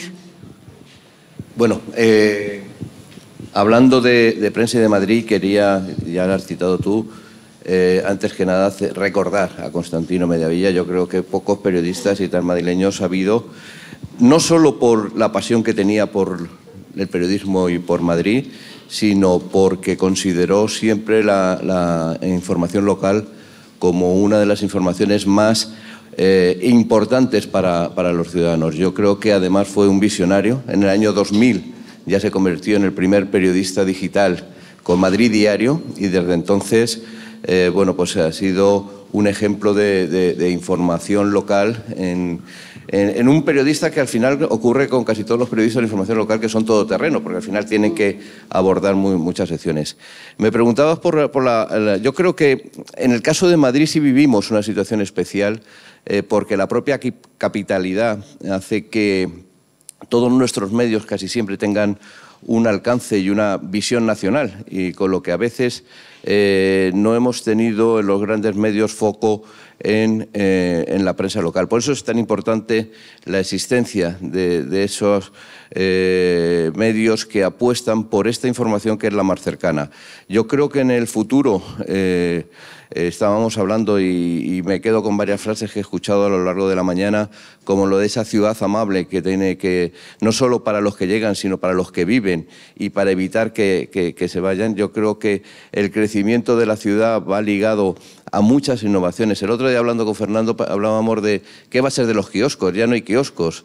Bueno, yo recuerdo de niño casi había un kiosco en cada manzana y sin embargo ahora pues parece que están ya en camino de extinción y puede que sigan rápido el camino de las cabinas telefónicas. Por eso, a veces ese tipo de información que antes teníamos como centros de referencia y que ahora Internet te permite casi en tiempo instantáneo enterarte de lo que ocurre en Ucrania o en Gaza, es más que nunca importante la información local, esa información que está más cercana. Yo creo que con la pandemia se vivió no solamente la información de servicio, cómo se necesita que ese vecino esté al corriente de todo lo que ocurre en la zona que vive, e incluso se da yo creo que la circunstancia de que el periodismo local es justamente donde menos bulos hay, porque la gente es donde lo vive y sabe perfectamente contar.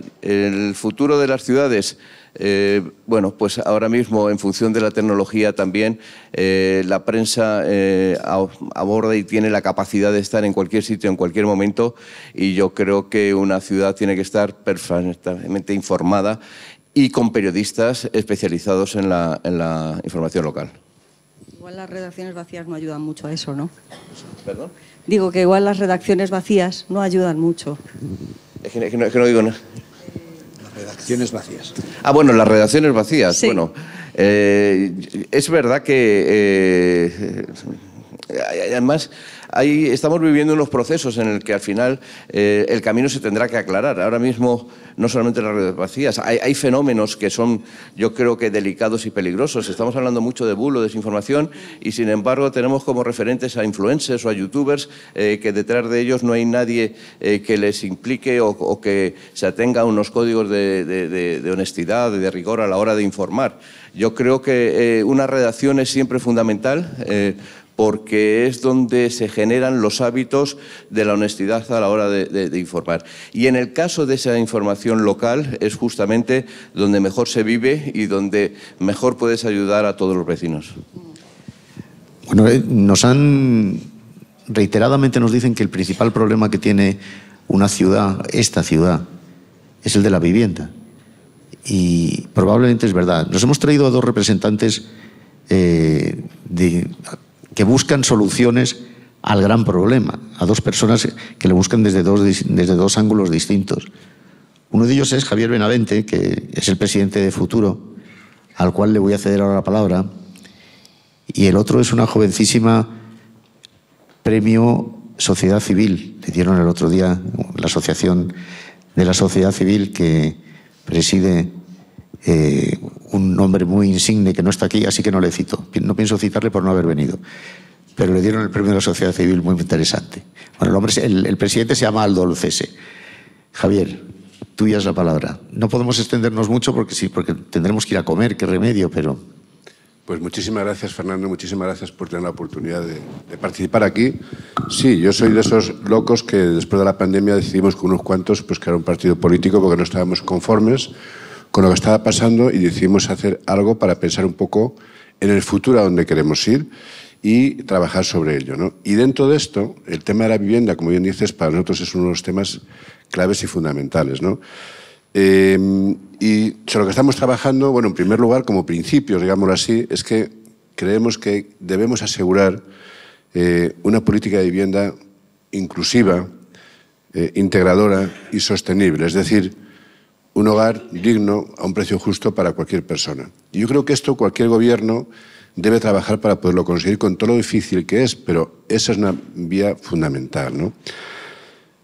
Creemos que el acceso a la vivienda es un derecho universal y que todos en nuestro país deberíamos tener esa vivienda digna y que podamos comprarla. Por otro lado, antes de decirte cuáles son algunos puntos que pensamos para el tema de la vivienda, creemos que los jóvenes merecen el máximo respeto. Y en este sentido, lo que está pasando en los últimos años es una creciente desigualdad en riqueza entre las generaciones anteriores y los jóvenes actuales.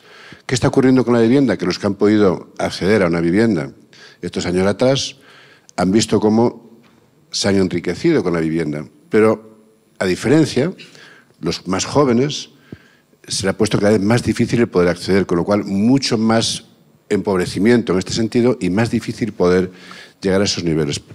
Por lo tanto, creo que es uno de los temas que obliga también a hacer unas políticas de vivienda rápidas porque esto que ha pasado, estas diferencias, digamos, la riqueza entre jóvenes y el resto de generaciones, no se había dado nunca con tanta brecha como se está dando ahora. El otro tema es el tema también básico para acceder a la vivienda, que es el tema de salarios. Tenemos un país donde los salarios que tenemos en los jóvenes son salarios paupérrimos, producto de que necesitamos mejorar la competitividad empresarial. Y esto no se hace con reales decretos ni con legislación, se hacen ayudando a que nuestro país sea mucho más competitivo, nuestro sector empresarial sea mucho más competitivo para que la gente joven y todo el mundo, pero especialmente los jóvenes, pues puedan acceder a una vivienda porque tienen un salario digno, ¿no? Y luego como propuestas pues, rápidas, pues uno es el tema de planificar y crear lo que es, llamamos, vivienda social de alquiler, y digo de alquiler, no vivienda social para hacer negocio con ellas, sino vivienda social para alquiler para aquellas personas que lo necesitan y que puedan estar ahí mientras no llegan a un nivel de renta. Y también construir viviendas asequibles. Es decir, son dos cosas distintas, vivienda social, en alquiler, o vivienda asequible para que cualquiera la pueda comprar. Y en ese sentido, nosotros desde luego creemos que al menos en los próximos años deberían construirse en torno a 1 millón de viviendas asequibles. Porque es lo que hace falta, no solamente lo que hay hoy, sino lo que se está generando ya y que se está viendo venir de viviendas que son necesarias crear, ¿no? En segundo lugar, o en tercer lugar, el tema de los guetos. Nos preocupan que se creen los guetos cuando se crean viviendas sociales o cuando se creen viviendas asequibles. Por eso, creemos que es muy importante en esa colaboración público-privada para que siempre, en todos los edificios que se construyan, se deje una parte, con el apoyo del Estado, una parte para vivienda social y una parte para vivienda asequible. Porque si no, crearemos guetos y creamos otro problema aún mayor de integración en nuestra sociedad. Y esto es importante hacerlo, evidentemente, con el apoyo de los gobiernos. Y en esa vivienda asequible, evidentemente, ¿quién la puede comprar? Aquella persona que tenga una nómina y que pueda pagar esa cuota mensual, pero no va a poder posiblemente pagar esa cuota, o le van a conceder la hipoteca, y para eso creemos que hay instituciones como el ICO o similares que deberían trabajar para apoyar a esos jóvenes, para avalarles, para que han demostrado que están trabajando y tienen un sueldo, para que puedan hacer a esas viviendas en esa primera parte, ¿no? El otro tema es la seguridad jurídica, que debe fortalecerse muy fuertemente, tanto para la parte de inquilinos como para la parte de propietarios. Hay muchísimas viviendas hoy que no salen a la calle por miedo y ese tema debe asegurarse de forma rápida. Estamos hablando del tema de vivienda en todos los lugares y en todos los sitios y, sin embargo, nadie está haciendo todavía, cuando hablamos del futuro, hablamos del presente, del tema de lo que es asegurar las viviendas. El otro tema, para ir terminando, es el tema de potenciar el tema de los suelos, de conversión de los suelos rústicos en urbanos, que es un tema que está limitando en muchísimos ayuntamientos esto y que no entendemos por qué esto, con este problema, se va cediendo terrenos urbanos muy poco a poco, lo cual no permite que los precios bajen. Y el otro tema es la expansión al mundo rural, Fernando. El tema que se ha comentado aquí, yo soy de los que pienso que no es un tema de que venga el mundo rural a la ciudad. Creo que ahora mismo hay infraestructuras a nivel de AVE, por un montón. En España somos afortunados en infraestructuras de AVE, que estamos a una hora y media, tenemos un montón de poblaciones en el mundo rural, donde la vivienda hoy, pongamos el caso de Zamora, que es una ciudad que bien conozco porque soy de Zamora, natural de allí. En Zamora tenemos 2 estaciones de AVE, en Zamora y en Puebla de Sanabria. Pero, sin embargo, allí no va nadie. Allí una vivienda cuesta 300 euros. Cuesta venir a Madrid en AVE 40 euros al mes, para ir a venir todo el mes. Y, sin embargo, no se está promoviendo. Allí están promoviendo macrogranjas de cerdos para eliminar que aquello se pueda desarrollar, en lugar de promover el que la gente joven pueda estar allí, que están a una hora. A mi oficina, hoy, la gente tarda en llegar hora y media, 2 horas desde otros puntos de España, de Madrid. Y creo que esto es un tema que se podría trabajar. Muchísimas gracias. Bueno, vamos a darle la oportunidad a Sofía Iturbe. Sofía, el otro día nos sorprendió en una convención sobre la sociedad civil que hicimos en Sevilla. A ella le dieron un premio. ¿Tú eres capaz de explicar en 2 minutos en qué consistió ese premio y por qué vas a facilitar que los jóvenes compren vivienda? Sí, bueno, me dieron el premio a líder joven emprendedor de la sociedad civil, pues por tener un impacto positivo en la sociedad, que es al final lo que estamos consiguiendo con la empresa de la que soy cofundadora, que se llama Living, en la que nos dedicamos, bueno, estamos transformando la forma en la que los jóvenes pueden comprar una vivienda, que es uno de los grandes problemas que tenemos hoy en la vivienda. El otro es la falta de oferta, pero bueno, ese es otro tema. Me centro en el que sé. Nosotros estamos abordando este problema crítico. El 84% de los millennials hoy en día quieren comprar una vivienda, pero no pueden. Esto, muy rápidamente, es básicamente por la gran entrada que te pide el banco, que es un 20%, más luego los impuestos, que bueno, en Madrid es un 6%, que igualmente es considerable, pero en otras regiones de España estamos hablando de que el ITP es el 10%, más luego gastos, o sea, costes asociados, la comisión de agencia. Se vuelve imposible, y además los precios están como están, ¿no? Entonces, nuestra solución es un programa que llamamos el Smart Housing, que permite a los clientes a destinar parte de su alquiler al ahorro y pueden empezar a comprar su vivienda con una entrada pues, tan pequeñita como el 5%. De esta manera conseguimos que con un modelo similar a un alquiler con opción a compra puedan comprar su vivienda. Hemos invertido ya más de 9 millones en este tipo de viviendas con clientes. El 100% de nuestros clientes que ya han aplicado una hipoteca la han conseguido gracias a ir con nosotros. Estamos ayudándoles a ahorrar 50.000 euros de media gracias a nuestro programa. Y al final también lo que conseguimos es ayudar a inversores institucionales a invertir en un producto con impacto social, con un fin positivo. Y al final también un producto de bajo riesgo. Esto lo hacemos con tecnología para adaptarlo también a la nueva generación. Al final, en Living creemos que el sector inmobiliario ha permanecido estático y tradicional durante muchos años y es hora ya de un cambio. Y ahí estamos nosotros y la verdad que muy contentos de decir que somos los líderes en España y luchando para que cada año podamos dar acceso a más y más personas. ¿Cómo has dicho que se llama tu iniciativa? Que eres muy tímida, ¿no? living.com. Sigamos. Estupendo. Hay una forma de vivir a la madrileña en la que tiene mucho que ver el ocio y la restauración. Y aquí tenemos hoy entre nosotros a 2 referentes en el mundo del ocio y de la restauración, que son Pepe Caldas y Tito Pajares. Si por favor nos contáis cómo creéis vosotros que puede ser ese Madrid visto desde vuestro sector, ¿cómo lo veis en el futuro? Pepe, por ejemplo. Buenos días, muchas gracias a todos. Yo soy canario, llevo en Madrid 46 años, vine en el año 77. Pues no se te ha pegado nada el acento. Nada, Madrid, cero. te lo digo desde ahora. Seguramente muchísimos de los aquí presentes en el año 77 no habían nacido todavía.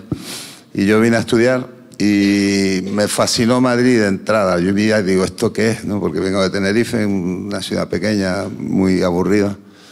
Y llegué a Madrid y era Madrid post-Franco, o sea, estaba una ciudad muy conservadora. Yo era hippie, con el pelo largo, pendiente, desayunaba en Manila, en Juan Bravo, y casi me tiraban el café en la cara y tal.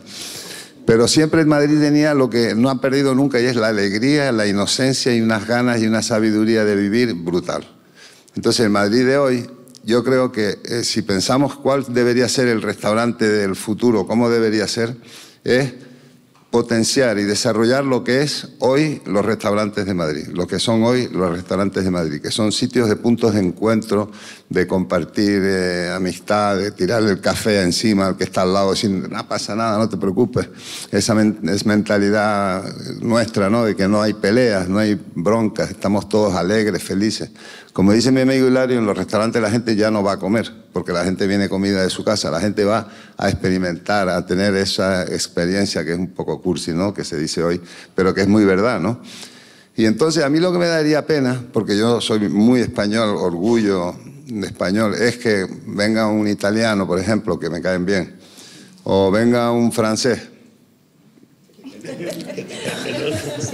y coja este punto nuestro que tenemos en Madrid, y en vez de ser nosotros los que nos pongamos la chapa en la solapa diciendo esto lo hemos inventado nosotros, esto es nuestro y lo que vamos a exportar al mundo, que vengan otros, como hacemos muchas cosas, ¿no? Porque Madrid hoy está conociéndose cada vez más, pero la mayoría de la gente que viene por primera vez dice, pero coño, ¿cómo no he venido antes yo aquí?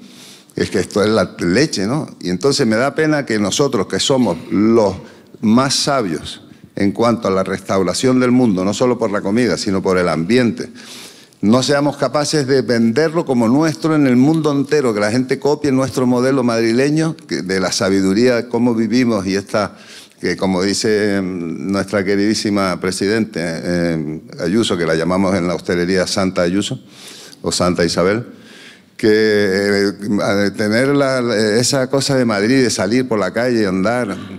Uno de los riesgos grandes de los restaurantes, de los museos y de muchas cosas, para mí es la realidad virtual.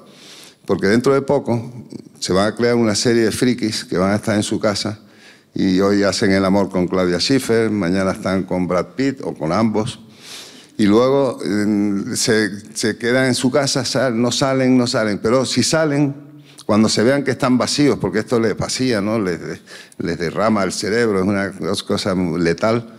¿Dónde van? A un restaurante y entran a un bar y entran a un sitio donde vean gente y se codee con gente y conozca gente. Que eso es lo más importante de los restaurantes, y el restaurante de futuro tiene que ser siempre un punto de encuentro donde se coma bien, porque en Madrid lo que no funciona es que no se coma bien, pero que tenga ambiente y donde la gente disfrute y se sienta importante y estemos al servicio para que la mentalidad y la salud mental de los ciudadanos se mantenga en forma. Gracias. Muy bien. Tito. Bueno, gracias por la invitación. Gracias, Sigfrido, amigo al que conozco hace, no sé, 30 años o más. Madrid, el ocio nocturno y los espectáculos en el futuro. Bueno, yo soy madrileño, he visto cómo ha evolucionado la ciudad de Madrid y la Comunidad de Madrid. He visto grandes restauradores, grandes producciones musicales, grandes salas de fiesta. Somos la salsa que está en todos los sectores. Hoy en día no se puede pensar que ni jóvenes ni mayores visitan Madrid, tanto la comunidad como la ciudad, visiten por negocios, visiten por trabajo, visiten por formación, visiten por turismo, por shopping, y que después no visiten nuestra gastronomía, nuestros espectáculos, nuestras salas de fiesta. Somos la tercera ciudad del mundo con mayor número de producciones musicales, después de Nueva York y Londres. El ocio nocturno, solamente el ocio nocturno, es el 1,8% del PIB de la Comunidad de Madrid y subimos. Comentaba antes con Sara que Madrid miraba muchas veces con complejo a otras ciudades europeas, a Barcelona, a Nueva York, Berlín, Londres, París. Hoy en día eso ya no es así. Somos un sector de vanguardia, joven, que creamos contenido casi semanalmente. Hay espacios donde se dan al año más de 1000 producciones distintas, solamente en un espacio. Somos la oportunidad para todos los artistas, para todo el mundo cultural. Pasan de una sala pequeña a una mediana, a una grande y a un gran festival. Yo opino totalmente en contra de lo de Fernando, la encuesta de Fernando y lo de Pepe. Yo creo que las relaciones con los robots, al final, esto no tiene mucho recorrido. Somos un espacio donde la gente necesita sociabilizar. Madrid es una ciudad que hemos aprendido, y nos ha costado mucho, a ser una ciudad muy amable con nuestras personas que nos visitan. Somos capaces de compartir gastronomía, ocio, coctelería, viajes con todo el mundo que nos visita. Y de aquí al futuro, yo creo que el futuro del ocio nocturno, de los espectáculos, de la gastronomía en Madrid va a ir muy bien, porque los madrileños, la gente que convive con nosotros, los que se han hecho ya de Madrid, han entendido que podemos ser mejor que los demás. Pasa el futuro por la formación, junto con la mostración de los equipos profesionales, la promoción, que es fundamental de Madrid, algo que dice nuestro amigo Hilario Alfaro mucho. La promoción de Madrid es fundamental, la formación y la seguridad por último. Con eso yo creo que tenemos un futuro por venir en el ocio nocturno y los espectáculos, pues sobresaliente. Pues entonces le pregunto, ya que lo has citado, le pregunto a Hilario Alfaro, que es el presidente de Madrid Foro Empresarial. Oye, va a llegar el día que no vamos a... Madrid tiene tanto éxito que va a llegar el día que no vamos a poder circular los madrileños por Madrid. Y ese día nos tendremos que ir a esas ciudades que no, con las que están en desacuerdo Tito. No, aún nos queda para que llegue ese momento. Lo primero, gracias Fernando y a Sara, a Fundación AXA, por supuesto, y a Sifrido, que estamos en su casa. Después de todas las intervenciones, ya queda poco que decir. Los apuntes que me había hecho eran del libro de Fernando y después de hablar él, que yo pensaba que hablaba al final, me ha destrozado. Pero bueno, sí decir unas cuantas cosas. Pero lo has leído, el libro de Fernando lo has leído, ¿no? Me lo he leído para venir aquí, desde que me amenazaste que tenía que venir. Hay que leerlo. Hay que leerlo y haremos una presentación que desde Madrid Foro Empresarial, yo creo que en los próximos 15 días. Un estudio que ha salido ahora, Madrid es la tercera ciudad más atractiva del mundo, después de París y después de Dubái. Yo creo que vamos a subir un puesto más, puesto que hay una de las dos que está ahí un poquito atascada. A la Comunidad de Madrid, lo ha dicho la presidenta, llegan entre 100.000 y 120.000 personas. ¿Y a qué vienen? Vienen a buscar una oportunidad. Lo que tenemos que darle a los empresarios es esa oportunidad que vienen buscando. Y nosotros, ¿qué es lo que necesitamos de esas 120.000 personas?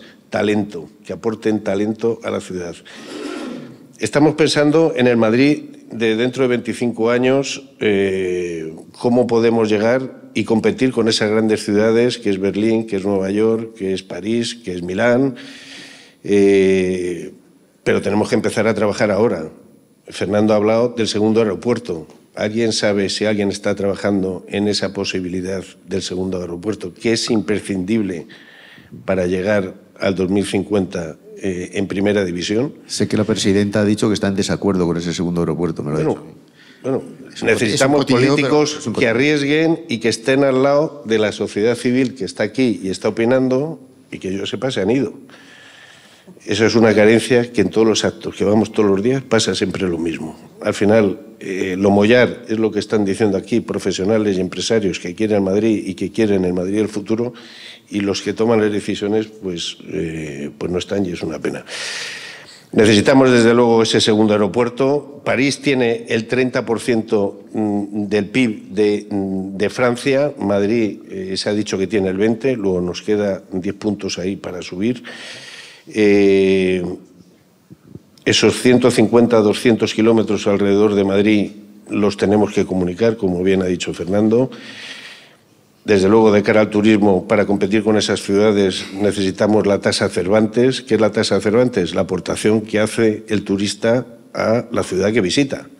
Todas las ciudades con las que competimos, que no competimos con Valencia, ni con Zaragoza, ni con Barcelona, competimos con las que he dicho antes, la tienen. Si hoy nos vamos a Londres, somos los únicos europeos que pagamos doble promoción de la ciudad. Si vamos a Londres pagamos la tasa turística y pagamos la promoción de Londres, y en Madrid, con los impuestos que pagamos los madrileños, también pagamos la de Madrid. Pero somos los únicos europeos. Necesitamos un IFEMA que realmente vuelva a los orígenes, que es la segunda locomotora después de Barajas que tenemos en la ciudad de Madrid, que es IFEMA, que no se convierta en lo que va camino de convertirse, que es en un parque de atracciones. Necesitamos que vuelva al origen y sea un espacio profesional y un espacio empresarial, como siempre ha reclamado Tito y Pepe.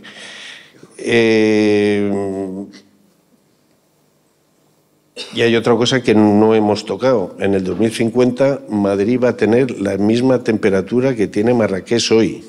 Eso quiere decir que en verano, y ese dato sí que va a afectar al turismo, a la construcción de viviendas, al tipo de viviendas que construimos, y ahí está Carlos Rubio. 6 grados más en verano quiere decir que prácticamente por la calle no vamos a poder andar en Madrid en agosto, y 3 grados más en invierno. Luego, todo eso es lo que tenemos. Hablamos del agua, que desde luego es fundamental, pero también tenemos que hablar de qué clima vamos a tener y qué temperatura vamos a tener en la ciudad, que afecta a todo. Y sin más, muchas gracias, y hay que leer el libro de Fernando Caballero, que es El Madrid del futuro que todos queremos. Muchas gracias. Muchas gracias, Hilario. Bueno, tenemos aquí con nosotros al padre Ángel, que obviamente es una persona que no necesita presentación, que ha dedicado toda su vida a ocuparse de esa parte de la sociedad que está, digamos, en sombra. Y me gustaría que nos dijera si Madrid, el de ahora y sobre todo el del futuro, es tan acogedor como pensamos o como defendemos muchas veces los madrileños para toda esa gente que está en la zona de sombra. Bueno, primero muchas gracias a Fernando, que antes de venir aquí pasó por la iglesia de San Antón y tuvo ahí un diálogo con un cura que es un santo de más de 90 años, donde tuvieron ahí un diálogo si creía o no creía, y me dijeron, ha pasado por aquí el padre Hagurri. ¿No? Gracias por invitarnos a estar aquí, y gracias a Sifrido, el vecino y buen vecino que nos acogió desde hace 10 años acá en esta iglesia. No, yo acabo de llegar de Valencia, y primero hoy sé que todos estábamos preocupados de Valencia, de lo que podía decir el presidente, y hay una frase del Papa Francisco, que cuando yo estuve en Valencia la veía y lo he visto en muchas más ocasiones, que dice que Dios perdona siempre, que los hombres a veces y la naturaleza nunca. Y es verdad que lo que ha pasado en Valencia, que andamos buscando responsables, ha sido de verdad la naturaleza. Y la hemos visto que no ha perdonado. Y que no ha perdonado de una manera especial a las personas mayores.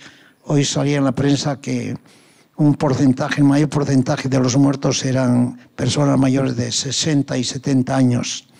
Y ahora, cuando estamos hablando aquí de la ciudad en el año 50... a uno se le pone algo en la garganta pensar que... A mí lo que me preguntan cuando llego aquí es qué pasa en Valencia, qué va a ser en Valencia, y es mañana, cómo van a ser las viviendas de estas personas que las han perdido, sin duda alguna.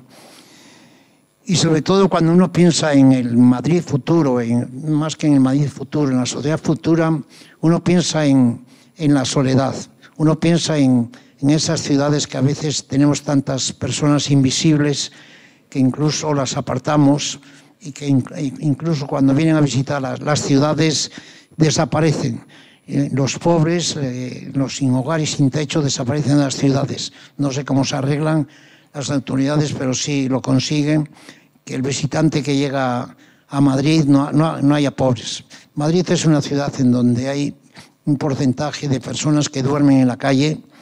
A veces no pueden dormir porque les han puesto cancelas, como un edificio aquí a 20 metros nuestro, para que no puedan en ese soportar vivir, y pusieron no un candado, sino 1, 2 y 3, y eso lo puso el mismo municipio, pegado a la iglesia que tenemos en la calle Farmacia. Y a uno le duele mucho pensar que no pensamos a veces en los más vulnerables, en los que nosotros podemos ser en cualquier día esas personas que no tengamos una manta o no tengamos un lugar donde dormir. Y Madrid es verdad que es acogedor, verdad que en Madrid nos sentimos todos acogedores, pero Madrid, al ser tan grande, a veces tenemos algunas personas invisibles y uno cree de verdad que ese es el gran problema. Verdad que hay problemas de ladrillos, de construcciones, pero hay un problema mucho peor con el cual yo en muchas ocasiones había hablado contigo, Fernando, que es la soledad. No es posible que exista y que no hayan sido sancionados, no sé cómo, los vecinos, las autoridades, los que andamos a pie, cuando nos enteramos que alguien muere en Madrid y lleva 8 días o 15 o 2 días sin que nadie se entere en el mismo piso. Madrid es una ciudad en la que hay demasiada soledad y que además la podemos remediar entre todos. Ahí estamos con ese proyecto de hacer que nos conozcamos, que nos saludemos, y para mí es cierto que existe el Madrid, el problema del ladrillo, de la vivienda, pero para mí existe todavía el problema de la dignidad de esos inmigrantes o migrantes que llegan aquí y que a veces no encontramos o no tenemos los lugares bastantes. Hoy mismo una mamá con 2 niños que llegaba de 7, 8 años ha recorrido todas las instituciones, incluida la nuestra, para ver si podía dormir en algún lado y no existía ese lugar. Yo creo que en el año 50 ojalá, es decir, siga apareciendo pues esos albergues y esos lugares donde a veces los que no tienen nada puedan llegar a tener algo, ¿no? Y dar las gracias por darme la oportunidad en una casa santa como esta, poder decir algo sobre la no vivienda que es de la que nosotros tenemos. El padre Ángel y yo...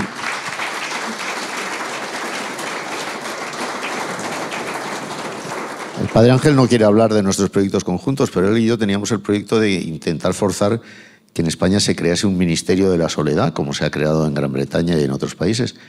Pero no parece que nuestras fuerzas políticas estén muy por la labor. No sé, tú sabrás, porque eres tú el que has hablado con ellos. Bueno, yo no sé si está aquí Carlos Poveda, no tengo ni idea. Ah, sí, estás ahí. Uy, no te había visto. Carlos es constructor de drones. ¿Se puede decir así? Es una forma de... Constructor de drones. Y yo creo que tú y yo hemos hablado alguna vez de la posibilidad de que los drones se conviertan en taxis dentro de no mucho tiempo. Es decir, al taxi lo vas a parar así, haciendo así, te baja el dron. ¿A dónde va usted? A Tocha 45, señor. Drones no tripulados, me imagino. ¿Eso es posible? ¿Nos vamos a encontrar el cielo de las ciudades de mañana invadido de drones, por ejemplo? Bueno, nosotros trabajamos en ello. Dicho así, parece más lejano en el horizonte. Nosotros desde Crisalion Mobility lo que estamos haciendo es apostar por traer soluciones de movilidad sostenibles, más avanzadas y sostenibles de las que hay hoy en día. Y trabajamos en el aire, pero también en tierra. Entonces, lo veremos, no hay lugar a duda. Nosotros en tierra, por ejemplo, empezamos a desplegar soluciones en Oriente Medio y en Madrid el año que viene. Nuestra tecnología en tierra nos permite pilotar los vehículos, cualquier tipo de vehículo, de forma remota. Y esto tiene un porqué, que es que el vehículo autónomo todavía lo vemos lejos en el horizonte, a pesar de que tenemos... Yo he estado en San Francisco el verano pasado y he podido disfrutar de este vehículo autónomo que te montas y te lleva, pero tiene todavía muchas limitaciones técnicas y regulatorias. De esta forma mantenemos ese piloto, pero lo retiramos del vehículo, por tanto tenemos más espacio y nos permite una mayor escalabilidad en la operatividad porque ese conductor puede conectarse a un u otro vehículo. Además, esta tecnología nos permite crear convoyes, es decir, un solo piloto, un solo conductor podría llevar una cadena de vehículos. Por ejemplo, imaginemos car sharing en Madrid. Tenemos empresas de car sharing que tienen un gran problema para luego durante la noche, por ejemplo, si tienen vehículos eléctricos, recargarlos, llevarlos a esta estación de carga y luego, de alguna forma, disponerlos para las zonas que luego se prevén que tengan ese uso a lo largo del día.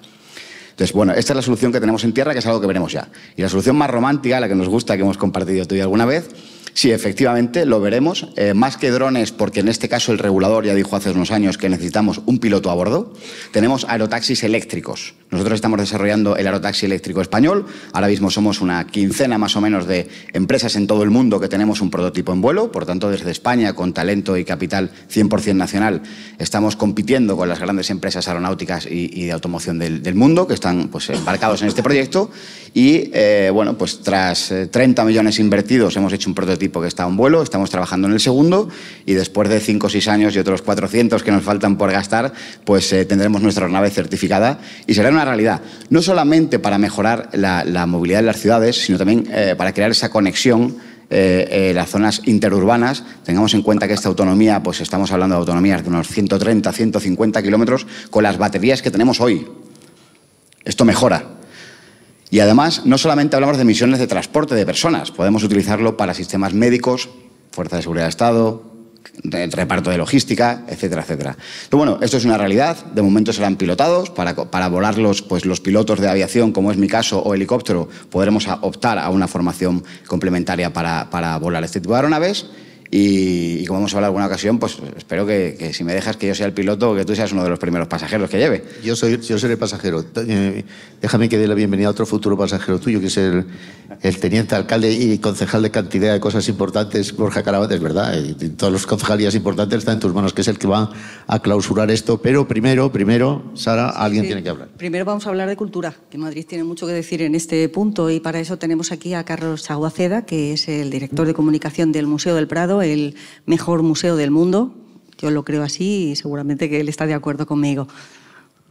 Bueno, yo, si me perdonáis, igual es por esto de los cuadros, me estáis viendo la trasera, yo creo que, si me perdonáis, me veis porque a mí me gusta que la gente no se haga selfies en los cuadros porque no ve los cuadros, entonces que me veáis la cara y verosla a vosotros, porque es de lo que se trata y de conectar.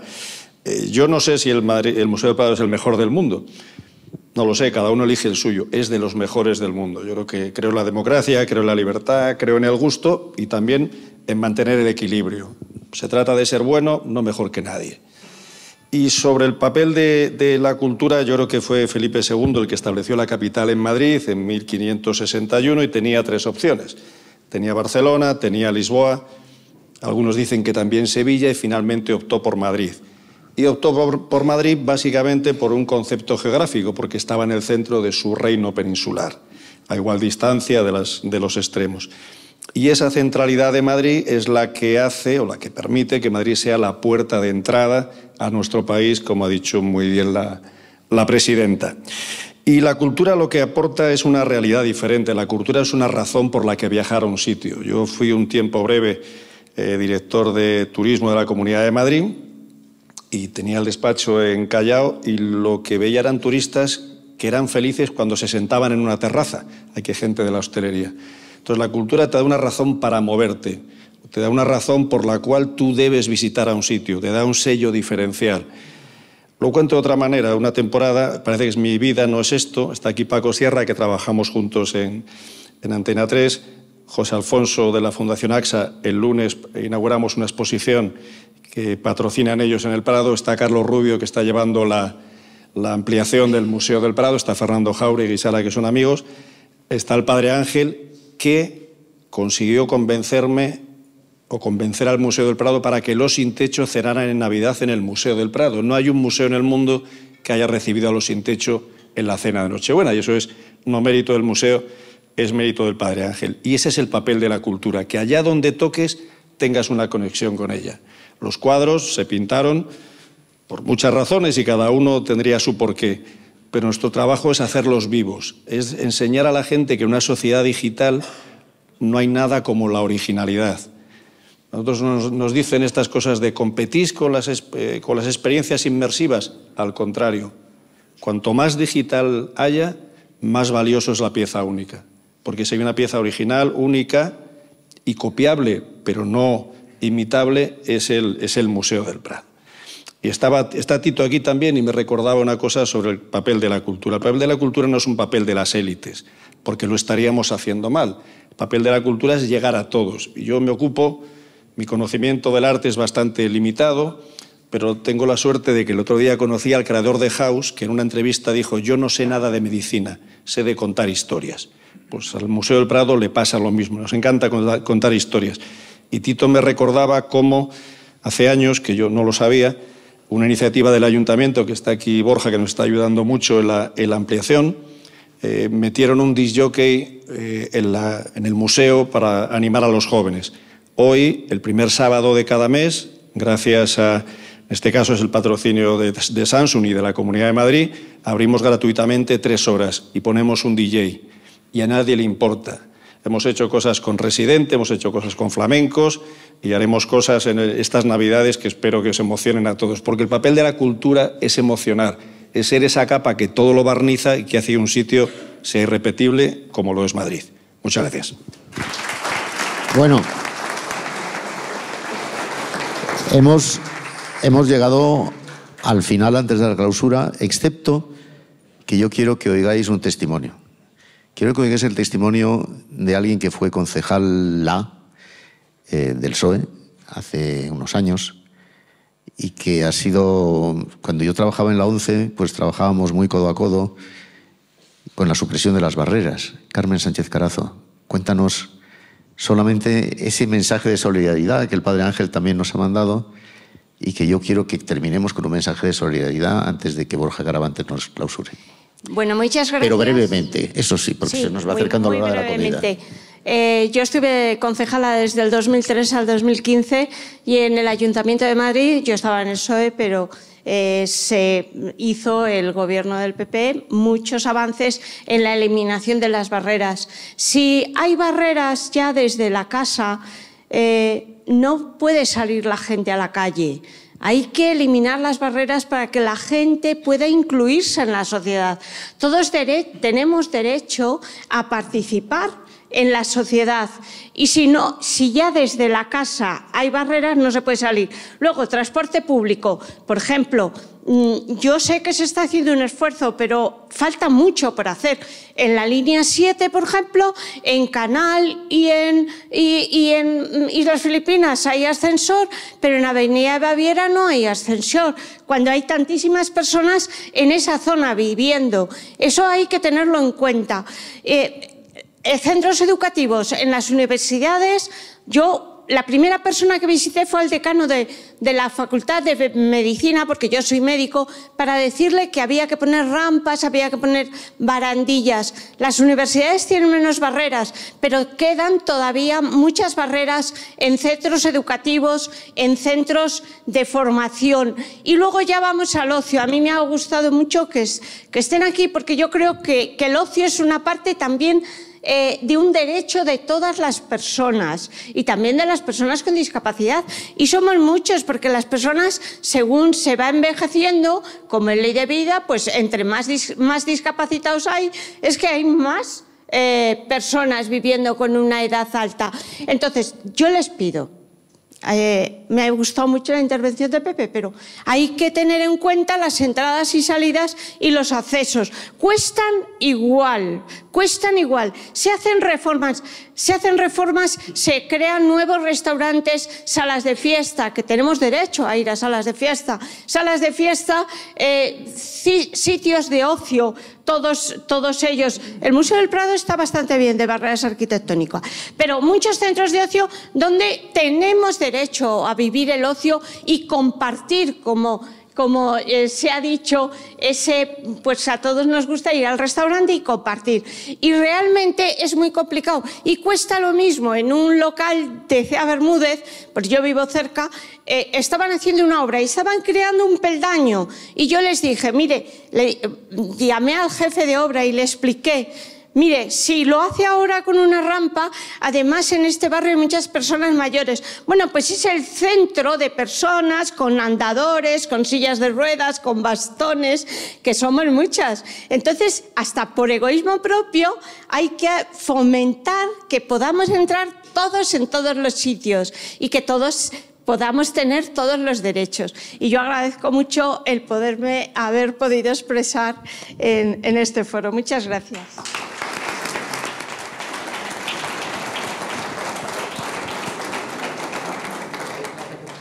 Ahí te dejamos el atril. ¿El atril lo hablo? Oye, muchas gracias. Muchas gracias.